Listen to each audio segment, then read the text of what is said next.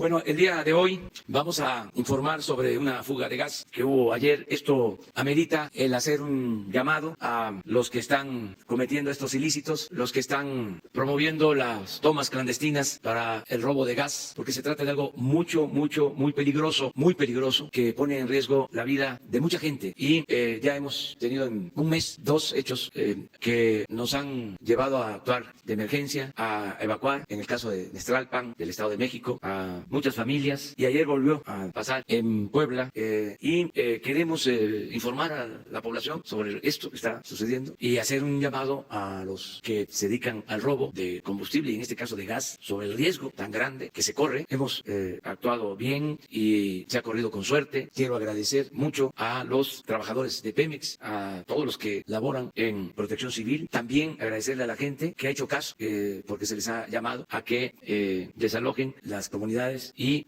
están atendiendo el llamado, pero tenemos que prevenir sobre estos casos. No queremos desgracias, no queremos que haya pérdidas de vidas humanas y es mejor estar informando sobre esto. Desde luego estamos actuando, hay vigilancia, hemos podido reducir el robo de combustible de manera considerable, pero hay todavía bandas que actúan y que pueden poner en riesgo la vida de la gente. Me gustaría que primero lo de cómo hemos bajado el robo de combustible, si tienen la de lámina de ayer o la de hoy con el robo de ayer, para que podamos saber, estar informados de que miren, está prácticamente estable, se bajó y no ha vuelto a aumentar en el robo de combustibles, de gasolinas, lo que tiene que ver con los ductos. En noviembre del año pasado eran 81,000 barriles y ayer 5,000. Eso está, vamos a decir, controlado. Queremos bajarlo más, desaparecerlo. Están funcionando todos los ductos, solo esos dos de todos los tenemos fuera, pero no ha dejado de funcionar el ducto Tuxpan-Azcapotzalco, que es el principal, que es el que abastece todo el Valle de México, pero esto es en gasolinas. Y últimamente se nos está presentando lo de robo en gas, que es muy riesgoso. Entonces, le quiero pedir aquí a David León, que es el director, coordinador nacional de Protección Civil, que nos explique sobre esto.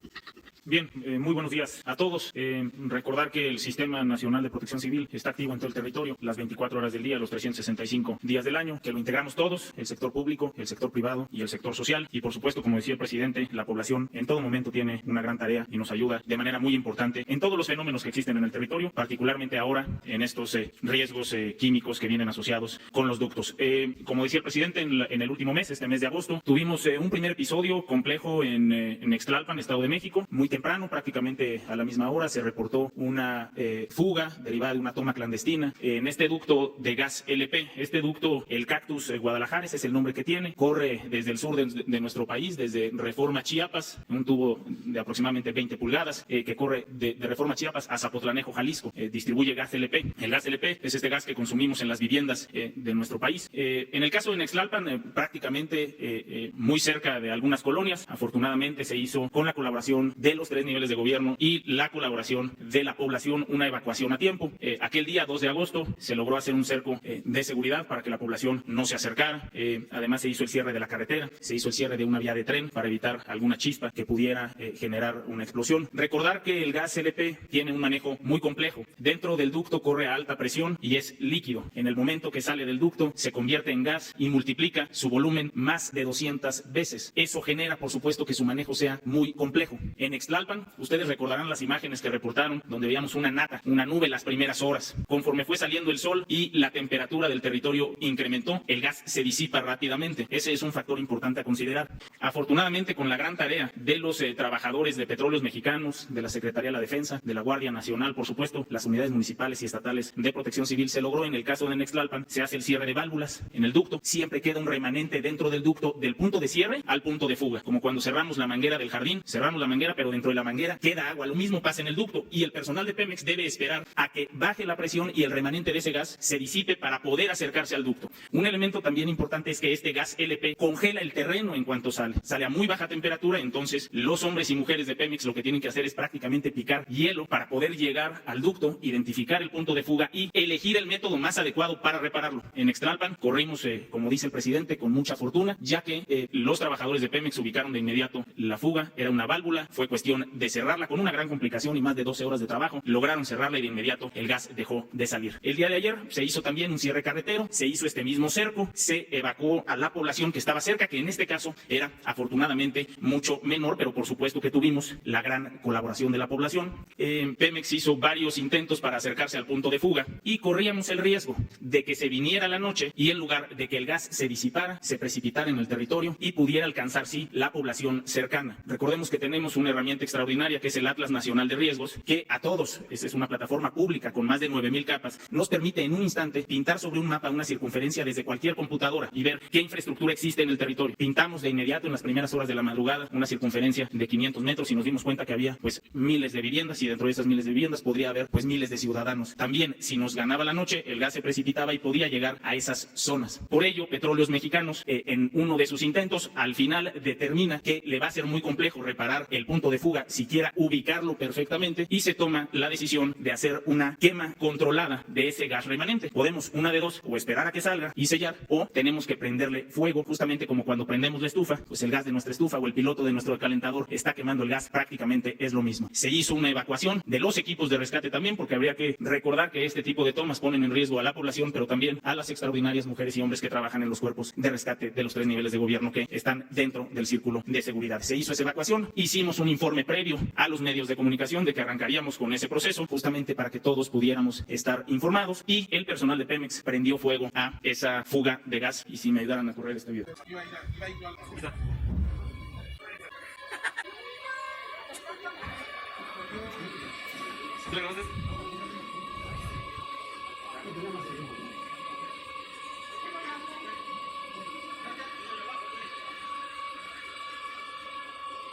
Lo que ustedes ven pues es un mechero o un piloto de nuestra estufa, una hornilla de nuestra estufa prendida. En este momento continúa prendido, evidentemente continúa el cerco de seguridad, no hubo ningún lesionado, no hubo ningún fallecido. Pemex prevé que en las próximas horas el gas remanente se terminará y en ese momento, ya sin gas, se podrá llevar a cabo la reparación de este ducto. Recordar que la complejidad que tiene este combustible hace muy difícil el trabajo de los cuerpos de reparación y los cuerpos de rescate. Privilegiar que en estos dos eventos, tanto Nextlalpan como Acajete en el estado de Puebla, existió una gran coordinación en los 3 niveles de gobierno y algo muy importante, que la población confió en sus autoridades, hizo la evacuación que se tenía que hacer, huyó del combustible, evitó esa zona y sin duda alguna eso permite pues privilegiar el objetivo más importante que tiene el Sistema Nacional de Protección Civil, que es salvaguardar la vida de los habitantes. Por último, presidente, si me lo permite, hacer un reconocimiento al personal de Petróleos Mexicanos que entregan su talento y su energía para reparar este tipo de fugas, este tipo de tomas clandestinas que se generan en muy poquito tiempo, pero que ponen en riesgo a miles de personas y a miles también de servidores públicos que llegan al punto de el incidente, por supuesto, de los 3 niveles de gobierno. Y también hacer un reconocimiento a la Secretaría de la Defensa y a la Guardia Nacional, que en conjunto nos ayudan a generar estos cercos de seguridad y a patrullar las casas de las personas que hacen la evacuación y que temen porque su patrimonio se ve en riesgo. Bueno, en estos 2 eventos, mayormente en el caso de Nextlalpan, la Guardia Nacional hizo un patrullaje y afortunadamente en ninguno de los 2 eventos tuvimos alguna queja de la ciudadanía y afortunadamente tampoco ni lesionados ni fallecidos. Muchísimas gracias. Bueno, para terminar con este tema, esta información, ¿por qué no ponen la primera otra vez? No la del robo, sino de estas últimas. Hay 2, donde está la nube de gas. Sí, esa. Miren. Ayer también en un incendio en Michoacán intervino el ejército y me gustó mucho que en las redes se destacó una imagen de un soldado cargando un cilindro de gas. A ver si luego se muestra, porque es lo que se hace diariamente y son los trabajadores, soldados, que es pueblo uniformado, marinos, trabajadores de Pemex, de la Comisión Federal de Electricidad, de Protección Civil, de gobiernos municipales, de gobiernos estatales, en fin, todos los que ayudan y tenemos que reconocerles por su labor, por su trabajo. Y termino pues llamando a la sensatez, a quienes llevan a cabo estas prácticas que ponen en riesgo la vida, que piensen en los demás, que piensen en el prójimo, que piensen en sus semejantes, que piensen en sus familias, que no estén metidos en estas actividades ilícitas, que hay forma de obtener ingresos, que es mejor heredar a los hijos pobreza que deshonra, que para qué van a traer en la conciencia este tipo de actos y todo lo que se daña a otras personas, el sufrimiento de otras personas. Yo no creo que el ser humano sea malo por naturaleza. Yo creo que son las circunstancias las que llevan a algunos a tomar el el camino de la delincuencia y creo en la readaptación, creo en eso. Entonces, por eso estamos informando, porque sé que no es predicar en el desierto, sé que nos van a escuchar y es la mejor manera, la mejor forma de ir serenando al país. Miren, eso fue también ayer, vamos que en Michoacán, una fábrica de plásticos. Bueno, pues ahora sí, vámonos. Pero vamos allá atrás, vamos con la mujer. Hay mucho reclamo de que sí, no tenemos ningún problema de conciencia, porque no hay preferencias ni está inducido. Además que como son, adelante, ustedes dos. Buen día, presidente. Daniel Escobar, preguntarle precisamente, bueno, ayer la secretaria de Gobernación, Olga Sánchez Cordero, ofreció una declaración a algunos medios de comunicación, salió un video que pues circuló en redes sociales, que bueno, no parece ser editado, en el que ella menciona que ya se está dialogando con grupos del crimen. La pregunta era sobre grupos del crimen organizado, lo que ella respondió es que estaban dialogando y que, porque bueno, pues estas personas estaban pensando en deponer las armas. Después, hubo una aclaración por parte de Gobernación, sin embargo, quiero preguntarle a usted cuál es el diálogo, con qué grupos se está teniendo y bueno, también pues esta situación de que pues no parece ser un video editado. Nada más. Pues no se tiene diálogo con integrantes de las bandas del crimen organizado, como se les denomina. No tenemos esa relación. Sí, en el Plan Nacional de Desarrollo estamos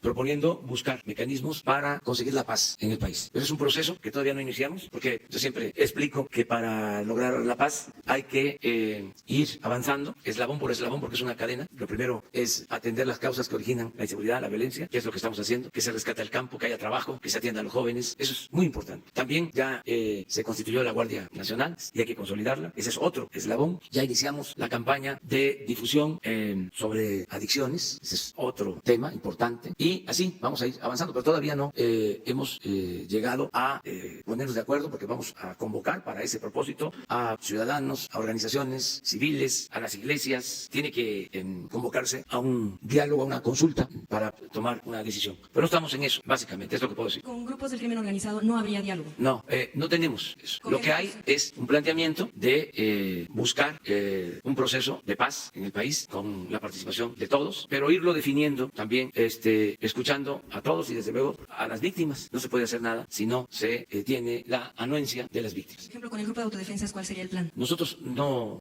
vamos a promover nada que signifique la autodefensa. Lo que hicieron en los gobiernos pasados consideramos que fue indebido, porque la seguridad pública la tiene que garantizar el Estado. No podemos nosotros promover la creación de grupos para atender temas de seguridad. Eso ni funciona y genera mucho desorden. Tan no funciona que se echó a andar esa estrategia y no hubo resultados. Al contrario, se agravaron las cosas. Entonces, eso no. De acuerdo a la Constitución, es al Estado mexicano al que le corresponde garantizar la paz y la tranquilidad, la protección de los ciudadanos. Entonces, no vamos a renunciar a esa facultad y estamos trabajando todos los días. Por eso se creó la Guardia Nacional, para garantizar la paz. Bien, una segunda pregunta, presidente, si me permite. Usted, en el tema de la no persecución, pero sí dar justicia en algunos casos, ayer hablaba el tema de los exgobernadores y también, bueno, la semana pasada le preguntaba en el asunto del exgobernador de Coahuila, hoy diputado federal Rubén Moreira. Usted me decía que no tenía mayor información, sin embargo, sí existe una denuncia interpuesta incluso por 20 senadores del 26 de septiembre de 2016, en el que, bueno, pues denunciaban precisamente este tema del desvío de recursos mediante el esquema de empresas fantasma. Preguntarle si este tipo de denuncias van a quedar en la congeladora, se le va a dar seguimiento, porque sí existen. No, pues existen, que la Fiscalía les dé curso, como están haciéndolo en otros casos. Todos los expedientes que estaban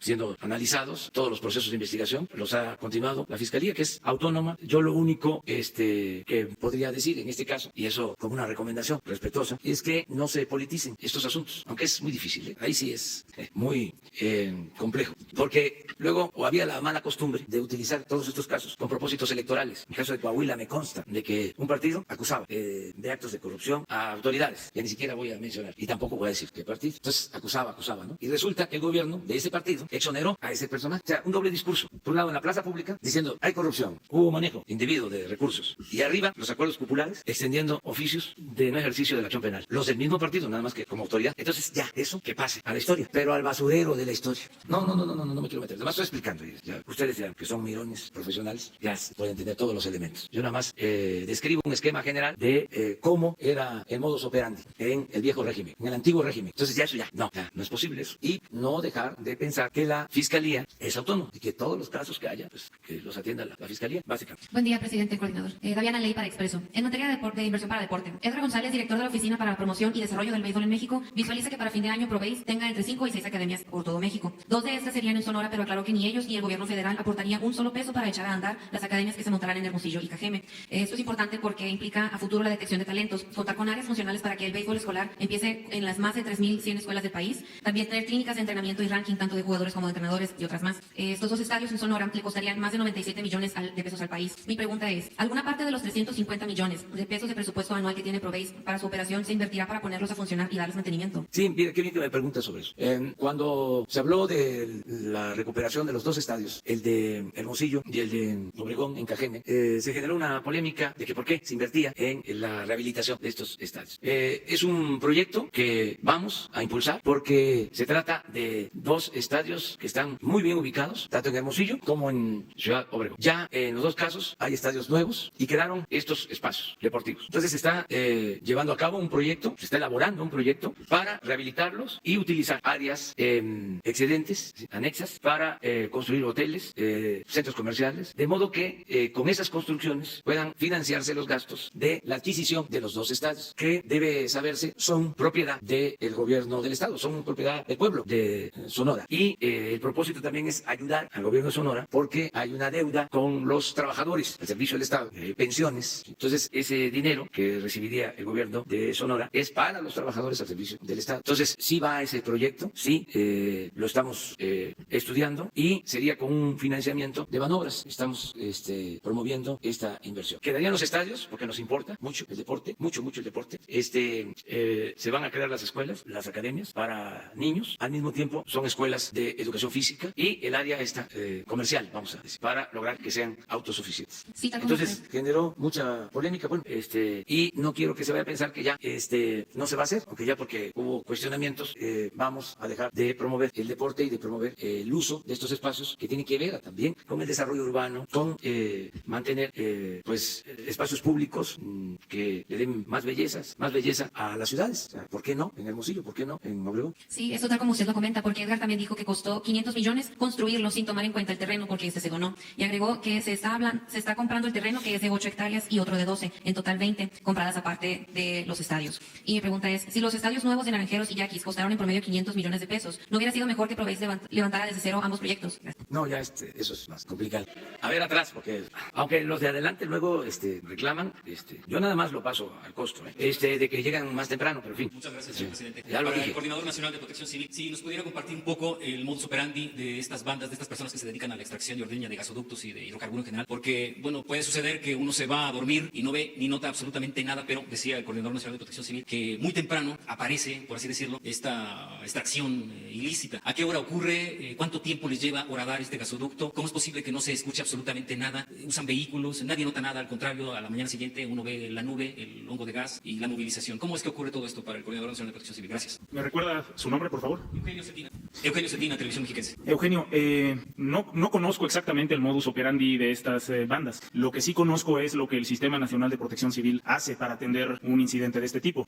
Preliminarmente te diría que el día de ayer, en un rondín que tiene la Secretaría de la Defensa Nacional, que tiene a cargo, junto con las demás instituciones de seguridad, el cuidado de estos ductos, levanta un alertamiento. Existen extraordinarias instituciones dentro del Estado mexicano. Una estructura que tenemos se llama Centro Nacional de Comunicaciones. En ese Centro Nacional de Comunicaciones recibimos los reportes de las unidades municipales de protección civil, de las unidades estatales, de la Sedena, de CFE, de Pemex, es decir, vamos recibiendo en todo momento información de lo que sucede en el territorio, no solamente del aviso de la autoridad, sino del aviso también de la población. La población, los ciudadanos, podemos hacer una gran tarea de denuncia. Está el 911, que ahí desde cualquier punto del territorio, cualquier persona puede denunciar la presencia de cualquier hecho, incluso una toma de este tipo. Inmediatamente se establece contacto con las unidades que se tienen en el territorio. Particularmente algo que nos ayuda a nosotros son las unidades municipales de protección civil, que en muchos casos, por obvias razones, son las que conocen mejor el territorio. Particularmente tratamos de establecer contacto con esas unidades, con esos bomberos. Específicamente, coincidentemente, ayer yo visité Nextlalpan para hacer un reconocimiento a los bomberos de Nextlalpan, que hicieron una gran tarea, y a la Policía Municipal de Nextlalpan, que fueron los primeros que en la madrugada, en sus propias patrullas y camionetas, le piden a la población a las 2, 3 de la mañana que salgan de sus casas. Esos son extraordinarios servidores públicos, y yo ayer, saliendo de aquí, me dirigí a Nextlalpan justamente a hacer ese reconocimiento. Se activa el Sistema Nacional de Protección Civil. Acude, por supuesto, la Sedena, la Guardia Nacional, unidades de bomberos estatales, municipales, la Cruz Roja Mexicana. Se establece de inmediato un puesto de mando. Existe algo que se llama Sistema de Comando de Incidentes, donde todas las unidades en el país, incluso si hubiera una emergencia que intervinieran otros países, es un lenguaje común que todos tenemos y que nos encontramos certificados en ello. Establecemos un puesto de mando en el sitio, se hace un perímetro de seguridad, se hace la evacuación que se tenga que hacer y el personal especializado trabaja en el sitio. Privilegiamos dos elementos fundamentales: la vida de la población y, en segundo lugar, el patrimonio de esa población. Hacía referencia el el presidente al incidente en Morelia, un incendio que hoy tenemos un 100% de control, un 35% de liquidación, se logró una evacuación de 4.600 personas con la ayuda también de todas estas instituciones bajo de ese sistema de comando de incidentes donde todos actuamos permanentemente. Ahora mismo hay un puesto de mando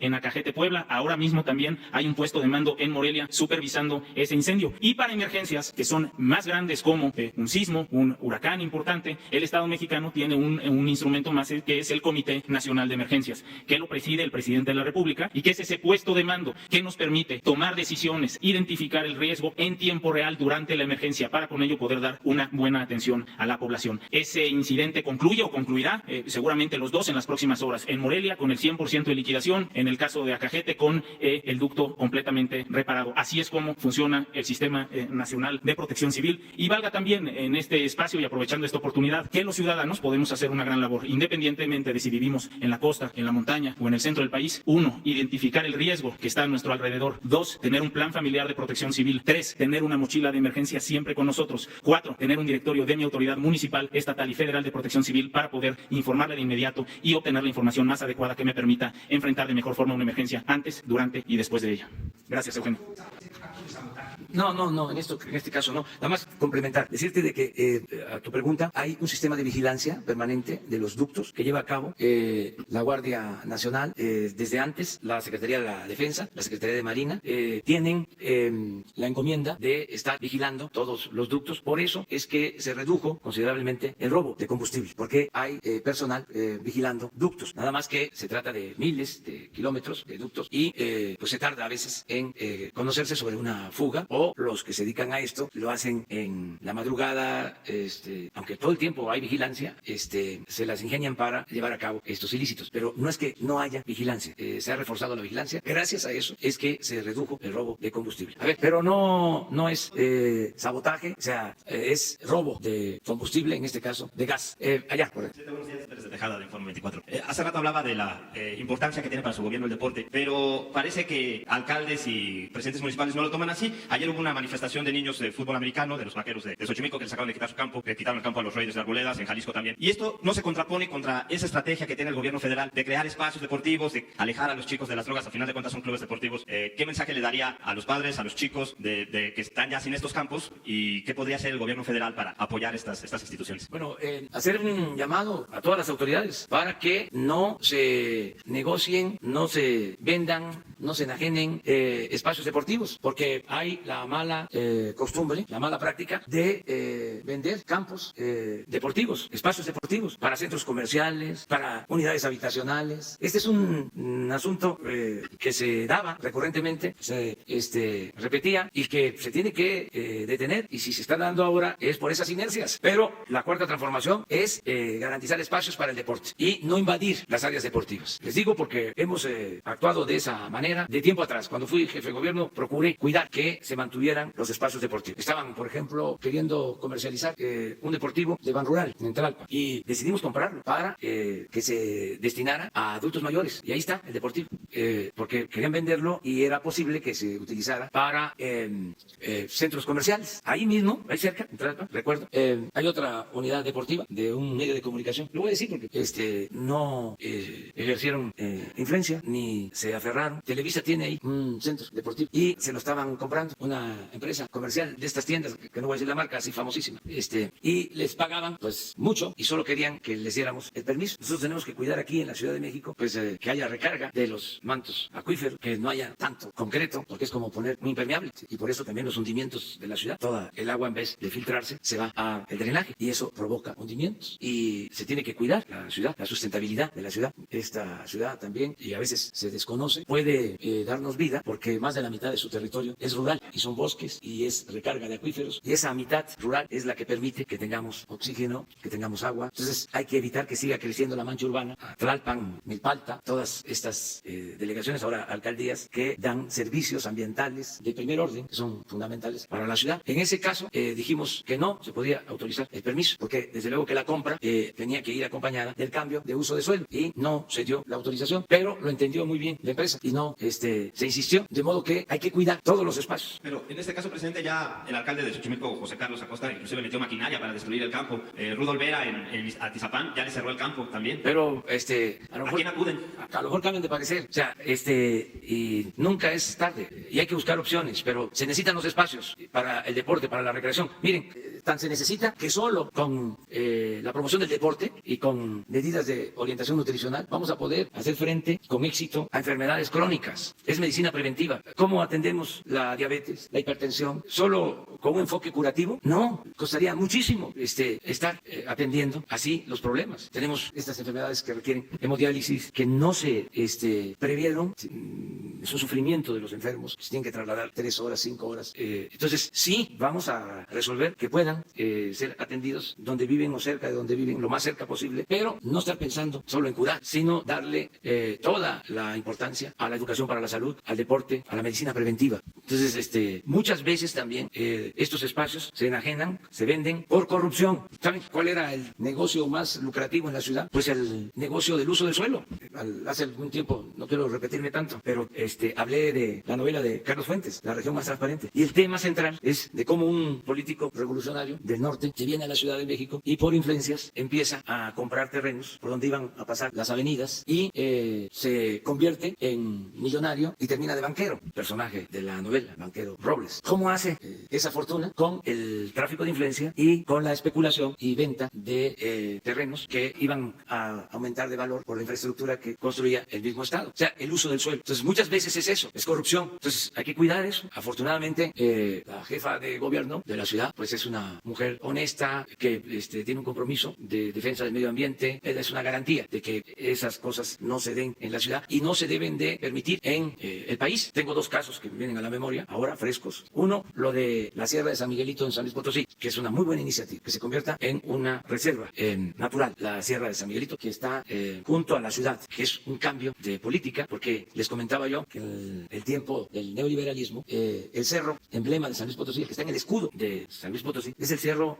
San Pedro, lo entregaron en concesión a una minera extranjera, en complicidad con las autoridades, y ya no está el cerro. Acabaron con el cerro y con la población por la extracción minera. Entonces, ahora, el convertir la Sierra de San Miguelito en una reserva natural, pues es otra política. Es como convertir las cárceles en escuelas. Eso es lo que tenemos que pensar. Y otro proyecto así es en Querétaro. También quieren convertir una área rural importante en zona de reserva, porque también ha habido mucho desorden inmobiliario, mucho crecimiento urbano anárquico, por negocios entre particulares y autoridades, por corrupción. Entonces hay que ir poniendo orden, y lo mismo en el caso de los espacios deportivos. ¿No se podría investigar a los alcaldes por corrupción? Sí, si existen elementos, y que todos los ciudadanos ayuden. Esto no es asunto nada más de un solo hombre, del presidente o de las autoridades. La política es asunto de todos, y así lo está entendiendo la gente. Nos ayudan en eso. Entonces, todos a ser guardianes, todos a ser vigilantes, todos a cuidar el presupuesto del pueblo, el presupuesto público, que es dinero del pueblo, que es dinero sagrado.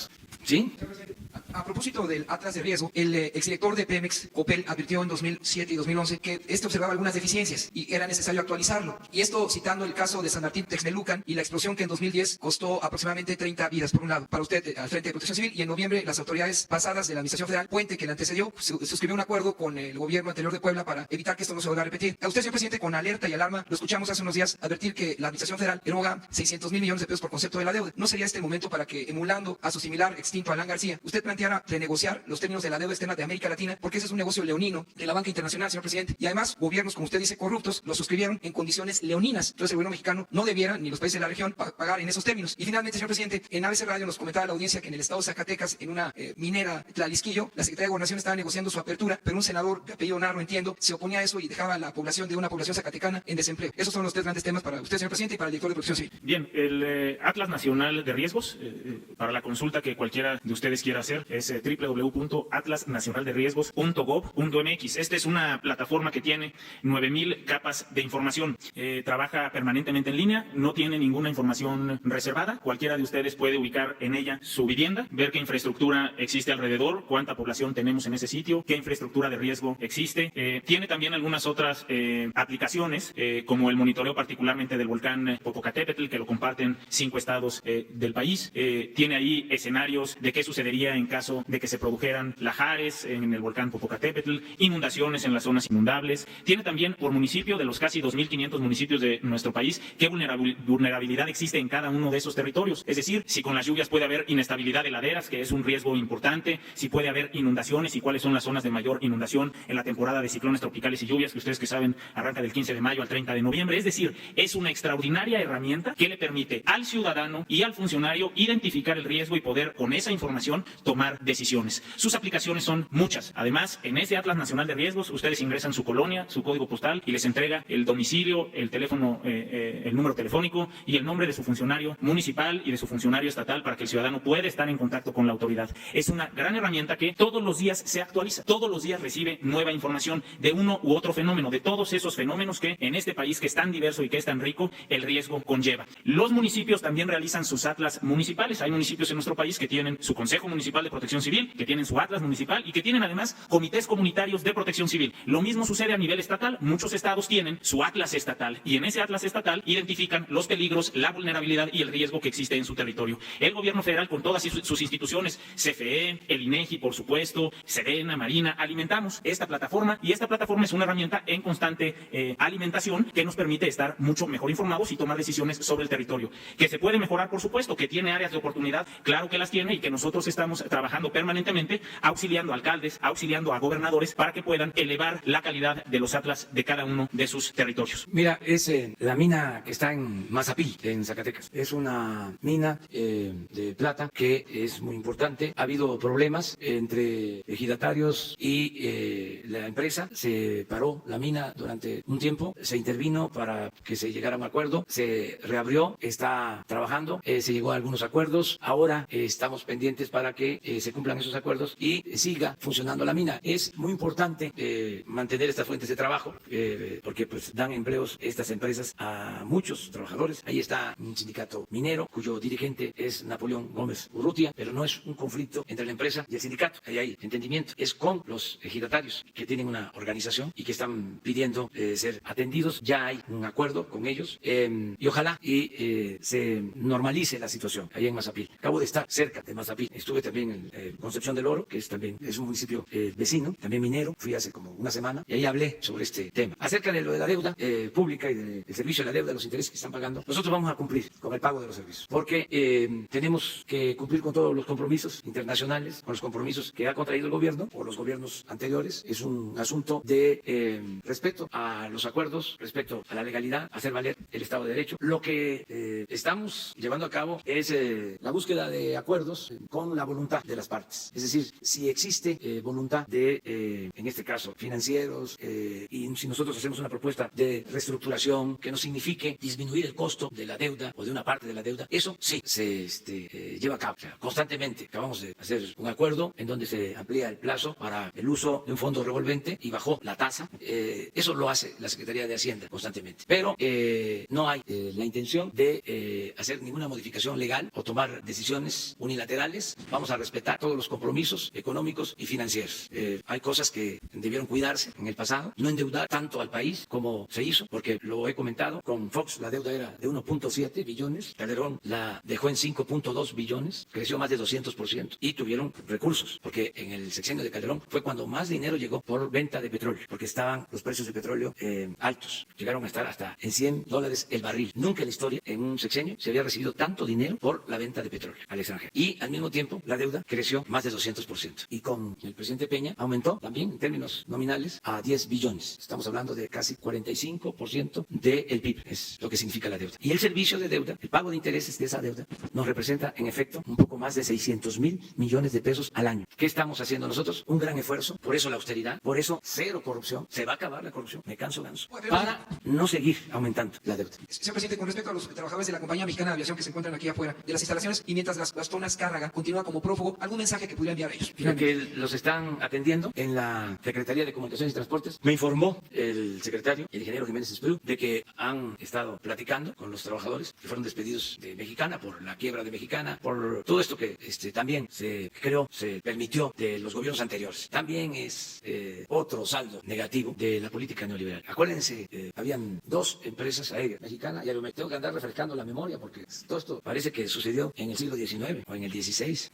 Este señor Azcárraga ayudó en la campaña del candidato Fox y llega a la presidencia Fox y venden Mexicana y la compra o la recibe o se beneficia del remate del señor Azcárraga y luego la quiebra, una empresa emblema de la aviación, y se deja a los trabajadores sin empleo. Eso, Mexicana. Viene después, a los 6 años o menos, otra elección, un grupo de empresarios ayudan en el fraude a Felipe Calderón, imponen a Felipe Calderón y a esos empresarios les entrega Aeroméxico, la otra empresa pública. El caso es que ya no hay ninguna empresa pública de aviación y heredaron todos estos problemas. Entonces vamos nosotros a ayudar hasta donde se pueda porque tenemos que cuidar el presupuesto, tenemos que ser muy eficientes y ya acabar con la corrupción, con el influyentismo, con la antidemocracia, con el régimen de injusticias, de privilegios. Y no olvidar, pero no anclarnos en eso, en el pasado, nada más porque sale el tema y hay que contextualizarlo, porque si no es como si vienen aquí los trabajadores de Mexicana a pedir justicia y en una de esas hasta se puede pensar que fuimos nosotros los que originamos el problema o que nosotros estamos impidiendo de que haya justicia. Entonces vamos a conocer los antecedentes y que nunca más se asocie, se vincule el poder económico con el poder político, que no se alimenten, que no se nutran mutuamente como era, que se separe para siempre el poder económico del poder político y que el gobierno represente a todos, que no sea un comité el gobierno al servicio de unos cuantos como era. Entonces todos son atendidos. Afortunadamente los empresarios están ayudando mucho. Hablaba yo de cómo por la vía de la negociación se puede llegar a acuerdos a pesar de contratos que se consideran excesivos o dañinos para la hacienda pública. Ya no quiero usar el otro nombre. Entonces ahora estamos llegando a acuerdos, estamos avanzando en llegar a acuerdos con las empresas que construyeron los gasoductos, pero porque ellos están en una tesitura, están manifestando que quieren contribuir a que no se afecte la hacienda pública, que no quiebre la Comisión Federal de Electricidad, porque fue en otros tiempos, fue según nuestra visión, fue un exceso contratar estos gasoductos o el transporte de gas en exceso, incluso ductos que no llevan a ninguna planta termoeléctrica de la Comisión Federal de Electricidad, que ahora tenemos nosotros que ver cómo vamos a utilizar ese gas, porque pensaron en hacer el negocio de los ductos, pero no tomaron en cuenta las necesidades del país en cuanto a generación de energía eléctrica. Por ejemplo, nos falta gas en la península de Yucatán y nos falta gas para que no haya apagones en Baja California Sur. Tenemos ahí problemas, pero no están contemplados los proyectos con ese propósito. Solo el gas que viene por un ducto marino que podría llevarse al sureste, cambiándole la dirección al gasoducto que se hizo, ya lo comentaba yo, en la época del presidente López Portillo, que generó mucha polémica porque se acusaba de que nos iban a quitar el gas y que era entregar el gas a Estados Unidos. Se escribió en contra de ese gasoducto y ahora la paradoja, la contradicción es de que en vez de llevar el gas a Estados Unidos, el tubo se va a utilizar para traer el gas de Estados Unidos. En fin, pero con acuerdos, y están ayudando mucho los empresarios, están contribuyendo. Habría que ver si tenemos los fondos, si es viable, porque nosotros somos representantes de los ciudadanos y tenemos que cuidar el dinero del presupuesto. Entonces tiene que analizarse de que haya justicia, pero también el costo-beneficio. Es decir, si es viable, no descartar nada y hablar con los trabajadores, como se está haciendo, y buscar opciones, buscar alternativas. Una de las cosas que les garantizamos desde el principio es que en todos sus juicios no iba a haber injerencia del gobierno, o sea que no iba a haber presión para jueces, para magistrados, en el Poder Judicial. No íbamos a estar nosotros ahí buscando resoluciones en contra de ellos, como era costumbre también, el que arreglaban todo comprando o cooptando, para no decirlo tan duro, a jueces del Poder Judicial. Entonces ya no hay esas prácticas. La vía legal garantizada, auténtico Estado de Derecho, nada de injerencia en contra de trabajadores o de cualquier persona, de cualquier ciudadano, que los jueces actúen con absoluta libertad y que apliquen la ley. Eso es lo que estamos planteando. Me voy. Lo del gas, estamos avanzando. Yo espero tener pronto ya resultados. Vamos muy bien. No hemos dejado de dialogar. Yo estoy participando personalmente en la mesa. Ayer, el lunes, ayer martes, hoy miércoles, estamos personalmente atendiendo este asunto y vamos por buen camino. Mañana no, porque mañana salimos, aprovecho para informarles que mañana salimos a gira, vamos a Chiapas, están todas y todos invitados, vamos a la frontera con Guatemala, vamos a un municipio que se llama Benemérito de las Américas, que es uno de los municipios con más belleza natural en el país, es en la selva lacandona, es en los ríos que dividen a Guatemala con México, desde luego el mono sagrado, el río Sumacinta. Vamos allá porque hay un hospital del IMSS Bienestar y volamos a Villahermosa y de ahí por carretera hasta Benemérito. Y el viernes, que ya regresamos muy tarde, son de Villahermosa a Benemérito 5 horas o 6. De regreso en Villahermosa se va a llevar a cabo la reunión de seguridad de 6 a 7 de la mañana y el viernes de 7 a 8 la rueda de prensa también en Villahermosa el viernes. Ese es el programa. También sábado y domingo no va a haber gira porque voy a escribir el informe del día primero. Entonces voy a aprovechar para quedarme por allá. En la quinta, porque es distinto un rancho que una quinta. Un rancho son hectáreas, una quinta son metros cuadrados. Yo tengo una quinta de 13,000 metros cuadrados, una hectárea y 3,000 metros. Entonces cuando dicen rancho sin finca, pues no es así, porque un rancho pues puede ser 50 hectáreas, 100 hectáreas, 200 hectáreas, 1,000 hectáreas, ¿no? Un rancho o una finca. Esta es una quinta, pero ahí escribo. Ahora que voy a hacer el informe para el día primero, voy a aprovechar con ese propósito, voy a estar ahí y nos vemos el domingo por la mañana. Entonces se ponen alegres quienes van a la gira porque van a estar este fin de semana con sus familias. Sí, celebro ese acuerdo de que no haya aranceles a la exportación del tomate. Ayudamos bastante. Seguramente en el transcurso de el día de hoy se va a informar por parte de la Secretaría de Economía y de Relaciones Exteriores. También una buena noticia. Ya se dieron a conocer los datos de inversión extranjera en el primer semestre de este año. 18,000 millones de dólares. 18,102.4 millones de dólares. Creció 1.5 la inversión extranjera. Entonces vamos bien. Ahí vamos.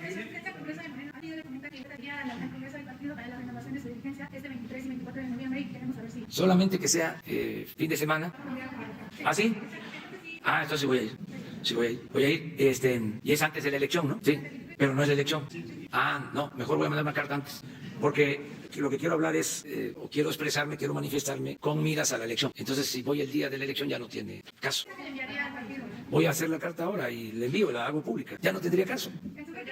Sí, pero lo que quiero es expresar mi sentimiento sobre lo que se tiene que cuidar en Morena. Es decir, cómo se tienen que mantener ideales y principios y no dar entrada al oportunismo y a la politiquería, que no debe de ser el objetivo el buscar el poder por el poder, ni mucho menos la ambición al dinero. El objetivo tiene que ser el servir al pueblo. Pero eso lo quiero explicar y desde luego que no haya manipulación, que no haya inducción al voto, que no haya acarreo, que se deje en libertad a los militantes, a los ciudadanos que decidan. Y una última recomendación es que no estén pensando que la gente está dormida, porque se van a seguir llevando sorpresas, porque los ciudadanos, donde quiera que voy, pero no solo es el que milita en Morena, el mexicano está muy despierto, muy informado, muy politizado, muy consciente, muy avispado. ¿Morena se debe convertir en partido?